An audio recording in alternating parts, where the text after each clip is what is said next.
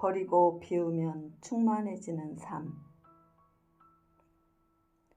쓸데없는 생각에 빠지지 않고 필요한 생각에만 집중하는 단순하고 쾌적한 삶.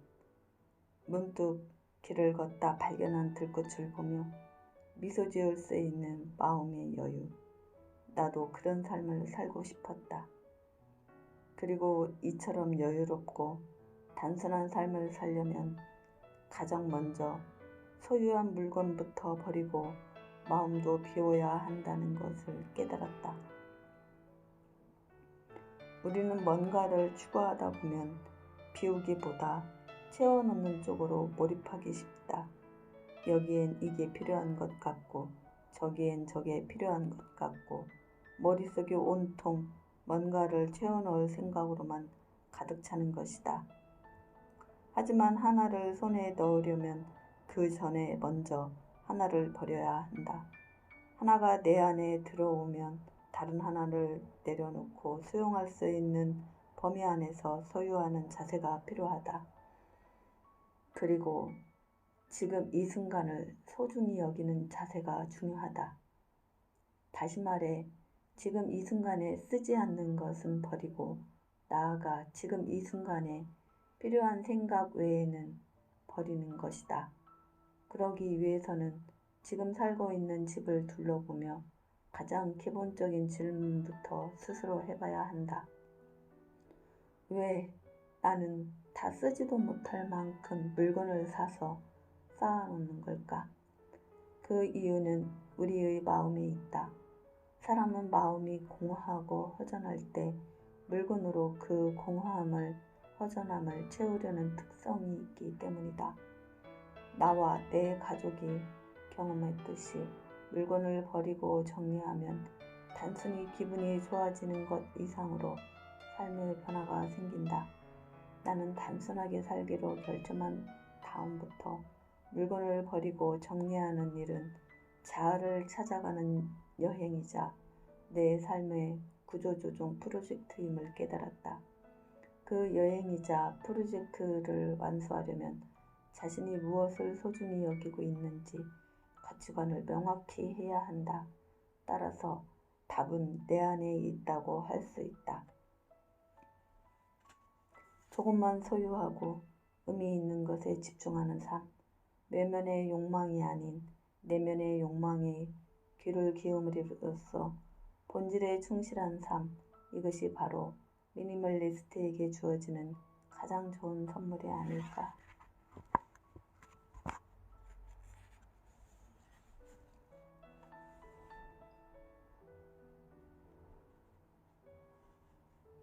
작은 물건으로 생활하기 시작하자 시간을 활용하는 방법이 완전히 달라졌다.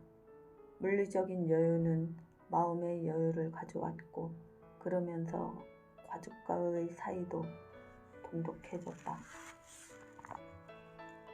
청소가 세상에서 제일 쉬워진다.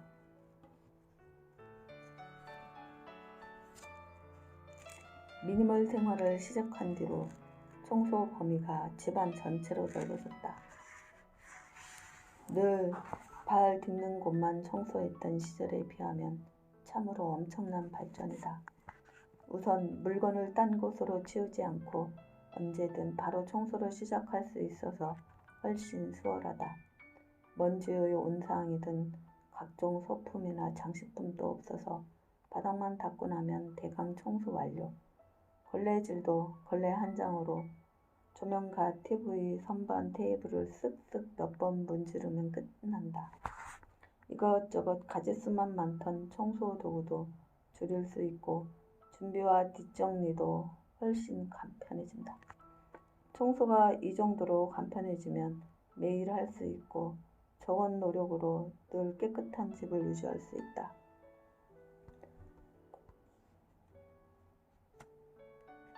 언제든 삶을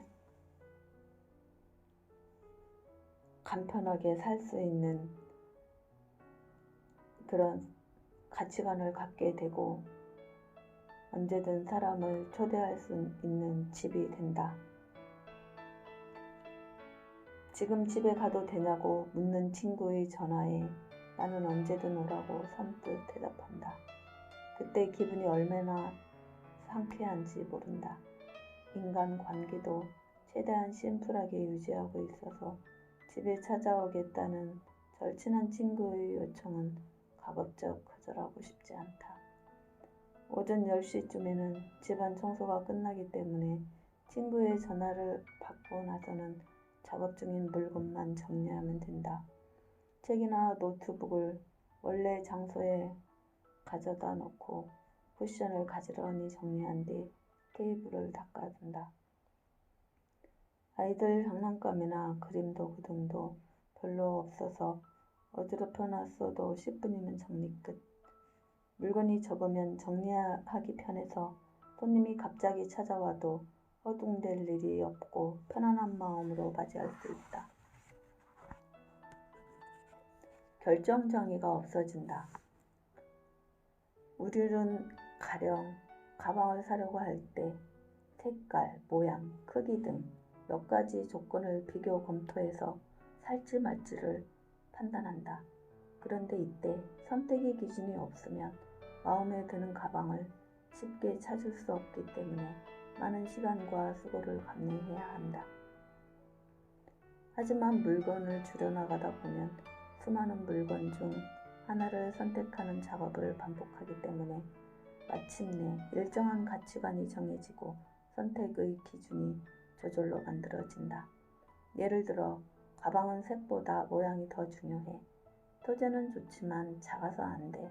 라는 식으로 어떤 부분을 더 우선해야 하는지 판단력이 생기는 것이다. 인생은 선택의 반복이라 해도 과언이 아니다. 나만의 기준을 가지고 있으면 빠른 길을 놔두고 돌아가거나 제자리만 맴도는 고민의 시간이 적어진다. 한마디로 결정장애를 극복한 인생을 살 수 있는 것이다. 적게 소유한다는 것의 의미. 얼마 전 10년간 쌓았던 재봉틀이 수명을 다하고 멈춰버렸다. 그동안 나와 가족의 옷, 소품, 일용품 등 여러 가지 것들이 재봉틀을 통해 탄생했다. 실로 삶의 파트너처럼 없어서는 안 되는 존재였던 것이다. 그 성실한 재봉틀의 밑실을 감는 수평감아 그 부분이 완전히 망가져버린 것을 봤을 때의 기분이라. 멈춰버린 재봉틀을 보고 있자니 그간 아이들에게 만들어주었던 바지와 치마등이 떠올랐다. 아들의 유치원 입학 때 만들었던 가방은 초등학교 졸업 때까지 8년이나 사용했다. 재봉틀과 관련된 이런저런 추억들을 떠올리다 보니 물건이 수명을 다할 때까지 알차게도 썼구나 하는 만족감이 들면서도 한편으론 약간은 슬프고 씁쓸했다. 그리고 그 감정들은 하나로 뭉쳐 재봉틀과 함께한 날들이 내겐 너무도 행복한 시간이었다는 감동 비슷한 것이 밀려왔다. 적게 소유하며 살기 때문에 쓰는 물건 하나하나에 손길이 가고 피부로 느낀다. 그래서 일종의 동료애가 생겨날까? 오랜 내 친구인 재봉틀을 떠내보내고 또 하나의 깨달음을 얻었다.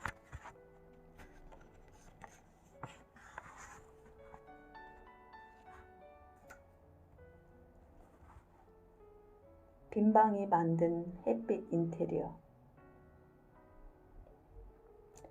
블로그에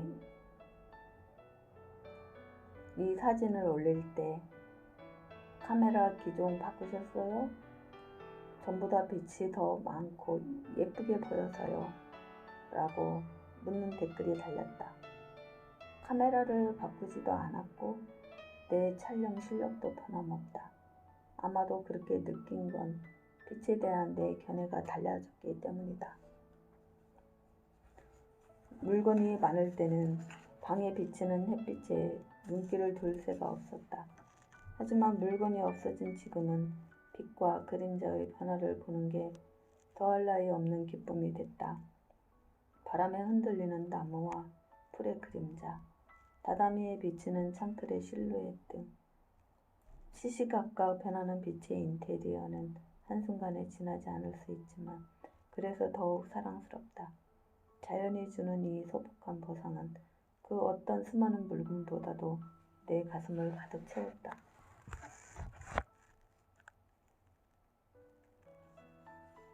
어두워지기 쉬운 구석에 조명이 있으면 방 분위기가 달라진다. 자파를 장식하는 재미보다 빛을 즐기는 것이 더 좋아졌다. 우리 집에서 가장 마음에 드는 햇빛 인테리어. 창문 모양대로 네모나게 비쳐 들어오는 햇빛이 내 마음에 쏙 든다. 오전에만 볼 수 있는 풍경이라서 아침 시간에 누리는 재미 중 하나가 됐다.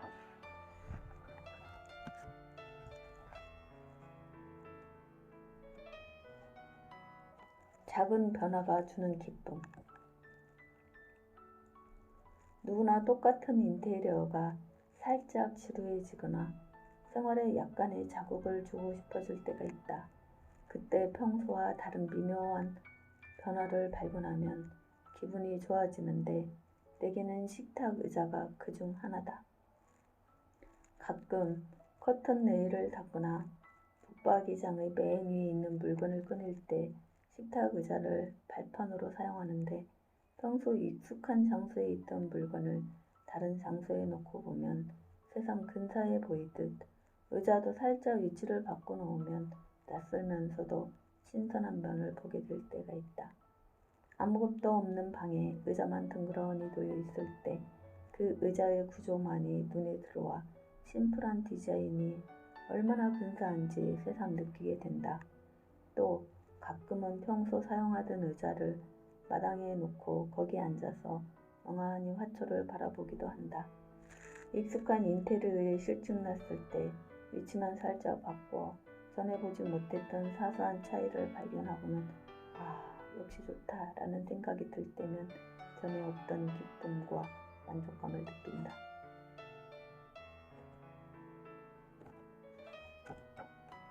물건이 넘치면 사람이 사라진다. 나에게 인테리어에 대한 호기심을 불러일으키고 좋아하게 만들어준 분이 있다.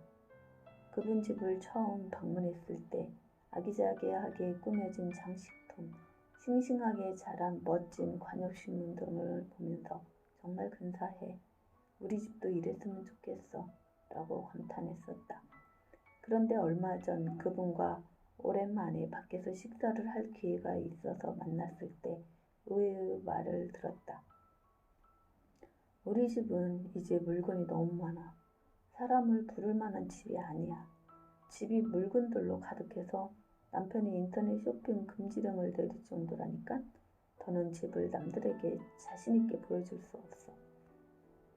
나는 충격을 받았다. 그렇게 멋지던 집이 사람을 부를 수 없는 지경이 돼버렸다니. 그분 집에 관한 아름다운 추억을 가진 나로선 그런 슬픈 변화를 상상하기 시작했다. 그 후로 그분과의 대화는 점점 힘든 시간이 되어갔다. 자꾸만 생활에 대한 불만을 토로하는 자리로 변질되면서 나는 피로감을 느꼈고 결국 우리는 멀어지고 말았다. 물건이 넘쳐서 사람이 사라지는 것일까? 사람이 사라져서 물건이 넘치는 것일까? 그 일로 나는 물건과 집에 대한 다시금 생각하게 되었다.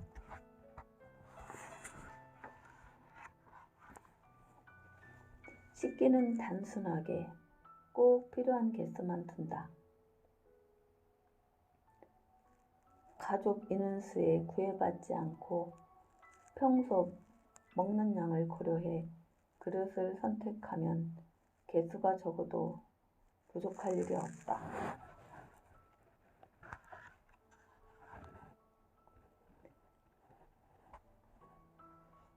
사람 수가 아니라 먹는 양에 맞춰 구비한다. 식기는 깨질까 조심하거나 걱정하고 싶지 않아서 전부 합리적 가격대만 쓴다. 하얀 식기 대부분은 무인양품의 본차이나 시리즈로 깨져도 같은 것을 또 쉽게 구입할 수 있다. 물건을 한 종류로 정해두면 찾아다니느라 시간을 소비하거나 수고할 필요가 없어서 좋다. 식기 한 종류의 개수는 2개, 4개, 6개 등 제각기 다르고 모양도 다르다. 4인 가족이면 4개를 구입하기 쉽지만 우리 집은 인원수가 아니라 먹는 양으로 개수를 정하기 때문이다. 가령 생선구이 한 마리를 통째로 먹는 어른을 위해 긴 접시는 2개만 두고 아이는 반마리 정도 먹으니까 네모난 접시로 대신한다. 앞접시는 2개만 있어도 가족 모두 쓸 수 있다. 그릇을 적게 소유하고 난 후로는 식기를 묵혀두는 일이 없이 골고루 쓸 수 있게 되었다. 좁아서 매력적인 부엌. 어느 책에선가 부엌이 넓으면 물건들이 흐드러지기 쉽다는 글을 본 적이 있는데 정말 맞는 말이다. 부엌이나 조리대가 넓으면 물건들을 꺼내놓고 쓰지도 않으면서 방치하게 된다. 그 점에서 우리 집 부엌은 좁아서 물건을 쌓아두면 하던 일이 지체되기 때문에 바로바로 정리하게 돼서 오히려 좋았다. 또한 부엌이 좁으면 요리를 다른 사람에게 맡길 수 있는 장점이 있다. 둘이서 부엌에 서면 서로 팔이 부딪히거나 엉덩이끼리 부딪히는 곤란한 상황이 벌어지기도 하는데 그 타이밍에 좁으니까 거긴 당신이 알아서 해줘요 라고 남편에게 맡긴 뒤 뒷정리는 내가 할게요 라고 하면서 부엌을 슬쩍 벗어난다. 요리는 부부가 소통할 수 있는 기회다. 서로 요리를 돕다 보면 부부간의 화목을 다지는 근사한 장면이 만들어지기도 한다.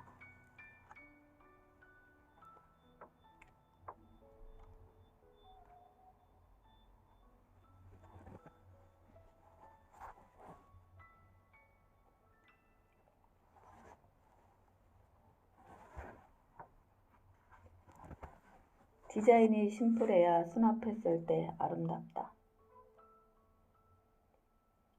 한정된 물건으로 생활하게 되면 작은 변화에도 마음이 먼저 반응한다. 예를 들어 포크나 나이프 등이 그렇다. 내가 선택한 것은 백앤숍 제품으로 디자인이 심플하면 개수가 늘어나도 깔끔하게 정리되고 서랍을 여는 게 즐거워진다. 또한 욕실 수건도 색과 사이즈를 통일시켜서 개켜 놓았을 때 가지런한 모습이 아름답다. 보기만 해도 가슴이 두근거릴 정도다. 집안에 이러한 자그마한 서프라이즈가 있으면 하루하루를 즐겁게 생활할 수 있어서 좋다. 그릇을 흰색으로 통일하면 가지런히 놓았을 때 훨씬 아름다워 보인다. 이런 소소한 기쁨들이 매일 반복되는 집안일에 의욕을 북돋워주는 게 아닐까? 냉장고는 조미료와 유제품 등 상비 품목 중심, 이틀에 한 번꼴로 꼭 만드는 미소시루는 냄비째 보관한다. 슈퍼마켓이 가까이 있어 쇼핑은 거의 매일 하는 편으로 그날 먹을 양만큼 구입한다. 냉장고에 여유 공간이 있으면 식품의 신선도가 한눈에 보여 제때 먹을 수 있다. 텅 빈 냉장고의 이점. 오늘 일은 오늘 마무리하고 내일 일은 내일 한다. 이것이 내 삶의 신조다. 식품도 그날 먹을 만큼만 사니까 남기지 말고 다 먹어야 한다는 압박감이나 남겼을 때 불필요한 죄의식이 없어서 마음까지 편해진다. 텅 빈 냉장고는 식품 관리가 쉽고 먹을 때를 놓치지 않을 수 있어서 좋다. 시들시들한 가지도 눈에 잘 띄고 조미료 유통기한 점검도 간단하다. 틈없이 꽉 찬 냉장고로는 절대 불가능한 일이다.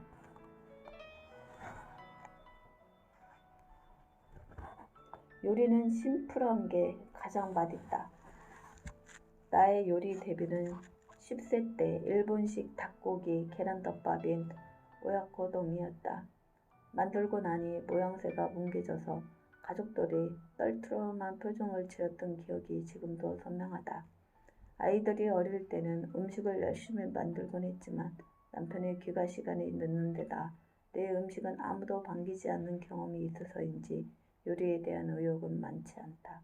그래도 가족에게 영양가 있는 음식을 먹이고 싶어 연구한 것이 무엇이든 썰어 넣으면 되는 속재료가 듬뿍 들어간 미소시루로 어느덧 나의 대표 요리가 됐다.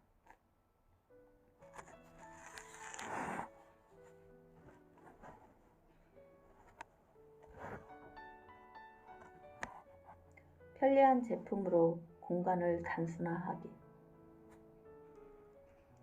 안 쓰고 모셔두면 방해되지만 막상 없으면 곤란한 물건을 백앤숍에서 파는 편리용품이 도움이 된다. 포개 넣을 수 있는 실리콘 통 덕분에 집안일이 한층 가뿐해졌다.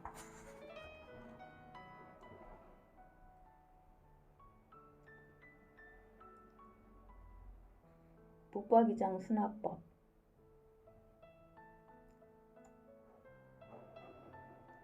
사적인 물건을 두는 붙박이장.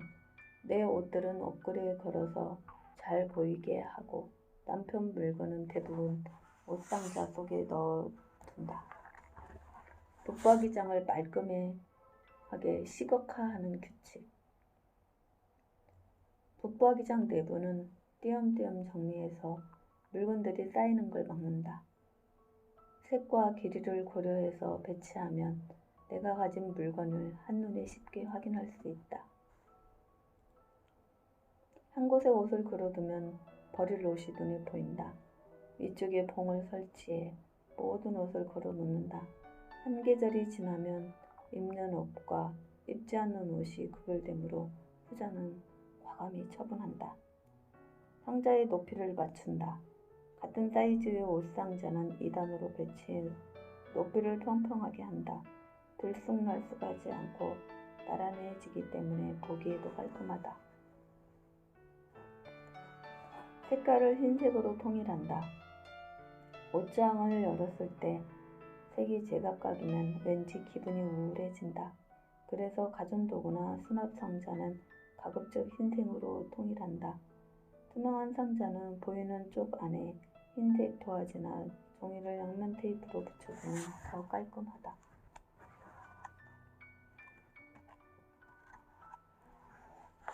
물건이 없으면 청소가 쉽고 가뿐해진다. 집안일 중에서 가장 좋아하는 것은 청소다. 매일 아침 1시간 넘게 집안 전체를 청소한다.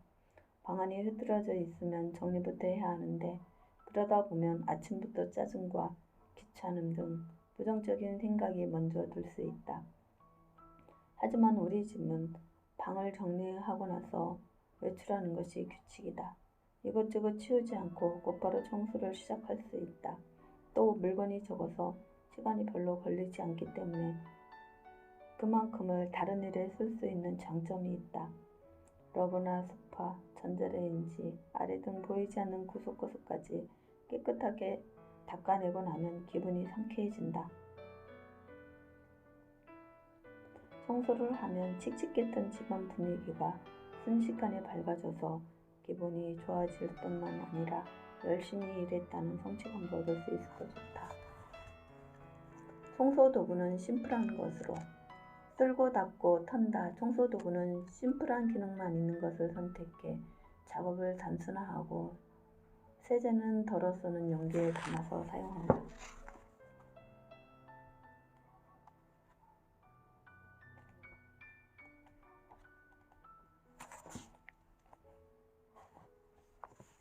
원코디로 1년간 돌려입기. 내가 줄무늬 티셔츠에 흰색 팬츠의 원코디를 계절별로 돌려입는 방법이 있다. 코디는 반드시 거울에 비춰보고 객관적으로 판단한다.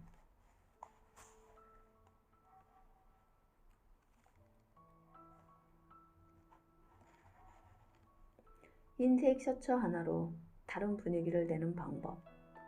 셔츠 옷차림에는 그 사람의 센스가 엿보인다. 단추를 풀거나 다 채우거나 팬트를 차는 등 같은 셔츠에 작은 변화를 주면 분위기가 확 달라진다.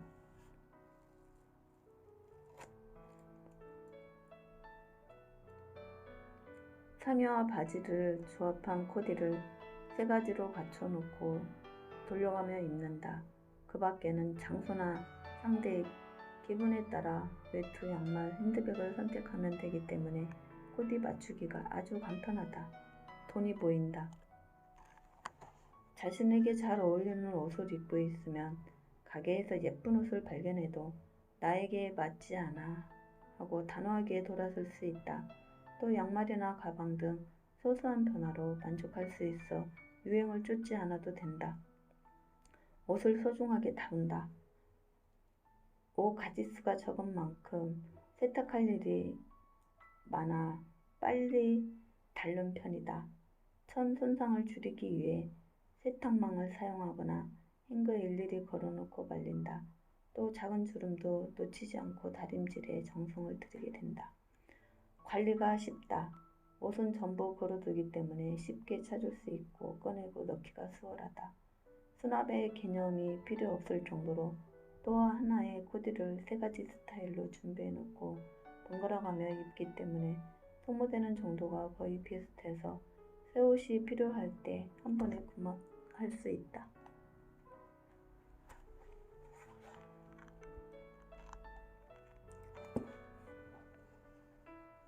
가족과 함께 적은 물건으로 살아가기.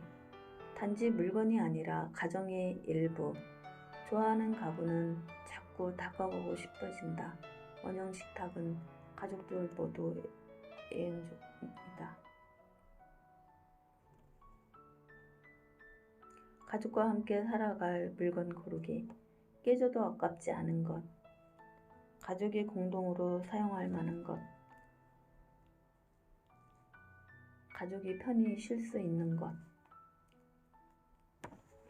물건을 줄이면 저절로 소중해진다.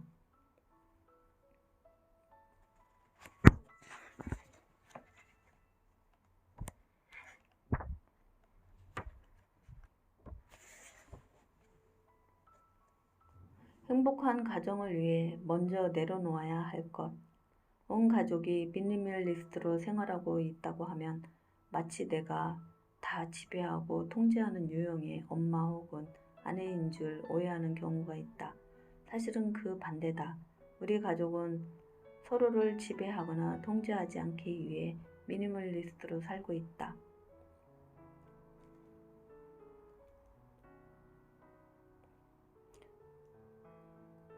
가족을 내 식대로 바꾸고자 하는 욕심을 버리면 어떻게 해야 할지 곰곰이 생각해봤다. 내가 할 수 없는 일이 있듯이 가족이 할 수 없는 일도 있다. 서로 결점을 이해해주고 상대방이 못하는 일은 내가 보완하고 내가 못하는 건 다른 가족이 보완해주면 되는 거였다. 그게 진정한 가족의 모습이라는 것을 깨달았다.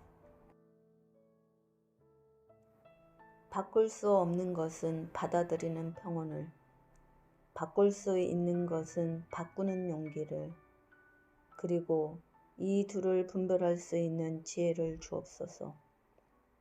신학자 라이놀드 니버 평온을 비는 기도 중 한 구절이다.